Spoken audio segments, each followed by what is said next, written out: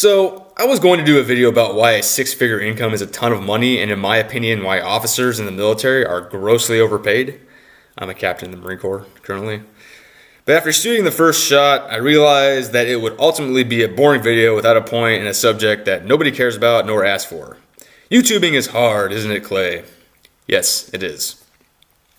So what I was planning to drag out in a 5 to 10 minute video that nobody would watch and fewer would like, I'll explain in 1 minute.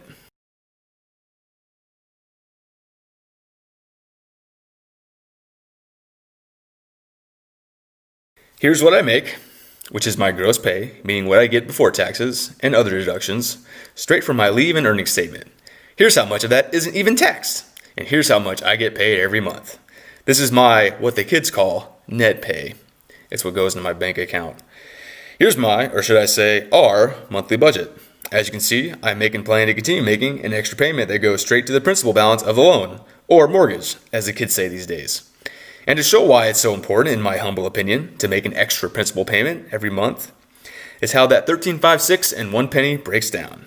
As you can see, most goes towards interest, meaning that money has evaporated into thin air and doesn't add to your equity in the home or lower the principal amount. Which, if you know anything about loans, you would know that the interest rate is calculated against the principal amount, so the higher your principal, the more interest you pay, and vice versa. The escrow amount is the money that goes towards home insurance and property taxes. When you set up an escrow account with your mortgage lender, they make the home insurance payment and property tax payment, or payments.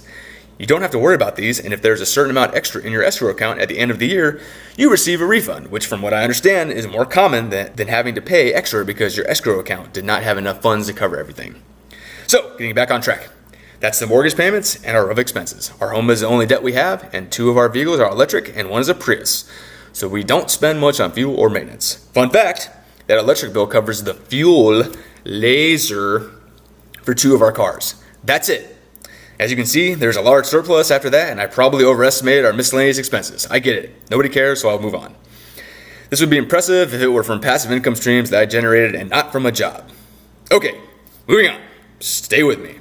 So, why is it so important to pay down your principal amount as quickly as possible, you ask, you wise yet unassuming viewer? Well, I, the average and okay human being named Clay Bearman, will answer with 2 things: time and money. I quickly pulled from Bankrate.com and adjusted the numbers to fit my situation. If I only make the minimum payment every month, I will be paying down this loan for a full 30 years, and at the bitter end, will have paid, drumroll please,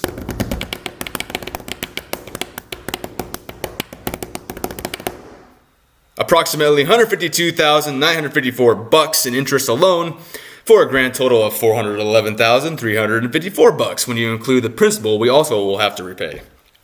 Oh, and add the original 20% down payment on the home, which was $64,600, and the cost of the home comes to $475,954. This is why many people do not This is why many people do not see your personal residence as an asset, but as a liability, because it ultimately costs a shit ton of money.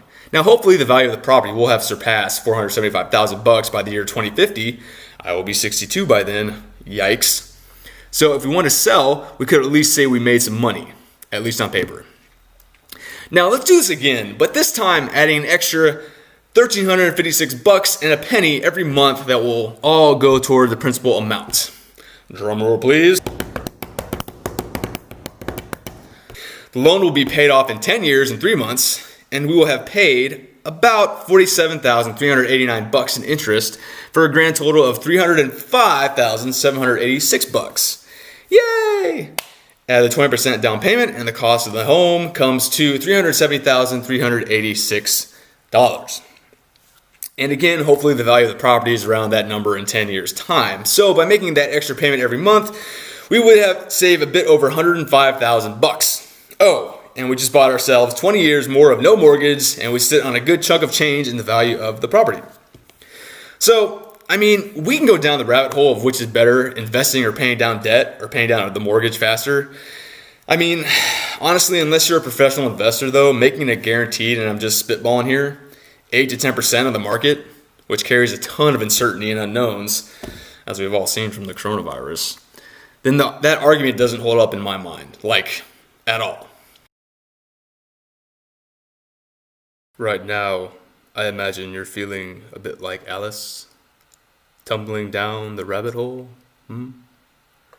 Let's tumble down that rabbit hole using the same numbers for my mortgage payment. And forgive me, please. I'm not going to take into account every little variable and every minor adjustment one could make over the span of 30 years. Hell, I can't even predict what's going to happen in the next 10 minutes. The voices in my head said to stop my medication. See, I couldn't predict I would write that in my script. If you saved that extra $1,356 every month for 10 years, you would have saved $162,720, which seems pretty good. If you received a guaranteed rate of return of 10% every year, you'd have approximately $285,267 after 10 years. And that's a guaranteed 10% return compounded yearly every year. And that's a big if you ask me. Now, we're paying off the mortgage in 30 years, making the minimum required payment in this example. $285,000 sounds pretty good, right?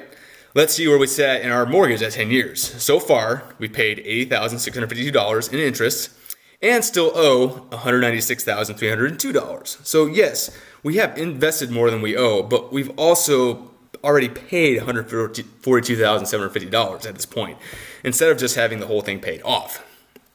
Okay, here's where it gets really interesting, and here's where the advocates of invest over paying down the mortgage faster will go, see, you make way more money if you invest in the market rather than putting extra towards your house, stupid. Let's look at this Excel. Yay, Excel! Focus on the 30-year amounts. The left is if you invested the extra $1,356 per month for 30 years. The right column is if you invested $2,712 per month for 20 years. As you can see, the left is about $900,000 more than the right. See? Told you so, stupid. Well, hang on there, and I will show you what a farce this example is by using my real-world situation. Now, I began investing laser around 2012, and I started with an account that my grandparents started for me.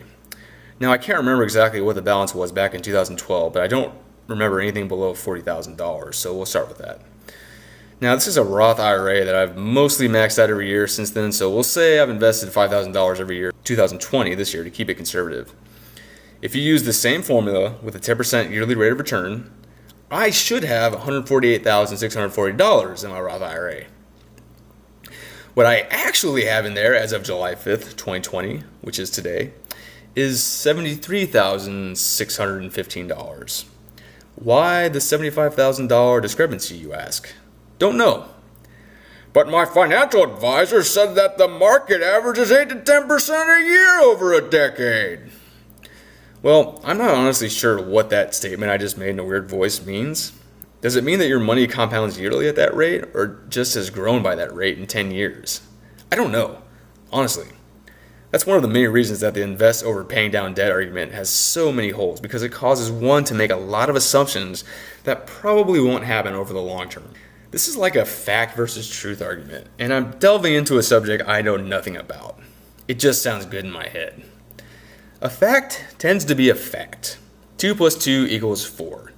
I am standing at my laptop writing the script at this exact moment. Well, actually, I'm reading it. A truth tends to be whatever we believe is true at a given time. The truth is, you will make 8 to 10% return on your money over the long run if you invest in mutual funds in the stock market and diversify your risk. The fact is, nobody has a GD clue what will happen in the chaotic world of the stock market over the long run. The fact is, I know the numbers, or at the very least, can calculate the numbers related to my mortgage. The fact is, I can calculate how much I will pay regardless of inflation, changes in the stock market, real estate market, or mortgage market. I know that if I make so-and-so extra payments a month, I will pay off the mortgage at so-and-so time and save such and such amount. What's my point? Mortgage numbers are fact, and you can play them however you want based on what your truths are. If your truths are, I want to not have a mortgage as quickly as possible because that's what works for me, then you can use the facts of the numbers to do that in the most efficient manner in which you see fit. If your truth is that you can get a better return for your money in the stock market, then good luck. And you know what? You probably will make some decent money, but you could also lose money or break even. My truth, and everyone has their own truth when it comes to money and investing, is that land and property are real, tangible things that will always have some type of value. A figure on a computer screen showing the value of your IRA or brokerage accounts is only real if you sell and turn that into cash. And even then, government's money has failed more often than not.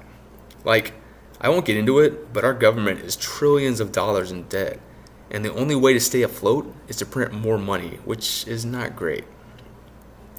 My truth is that paying down the mortgage quickly and not having a mortgage or rent payment as soon as possible frees my family and myself. Frees us from debt, frees us from probably ever losing our home and property, and frees up a ton of income to be put elsewhere while our kids are still young.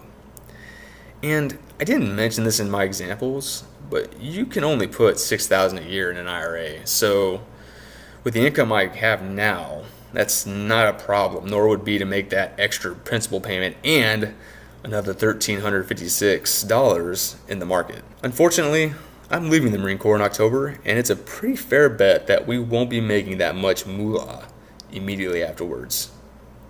This has been Clay Bearman. Thanks for watching.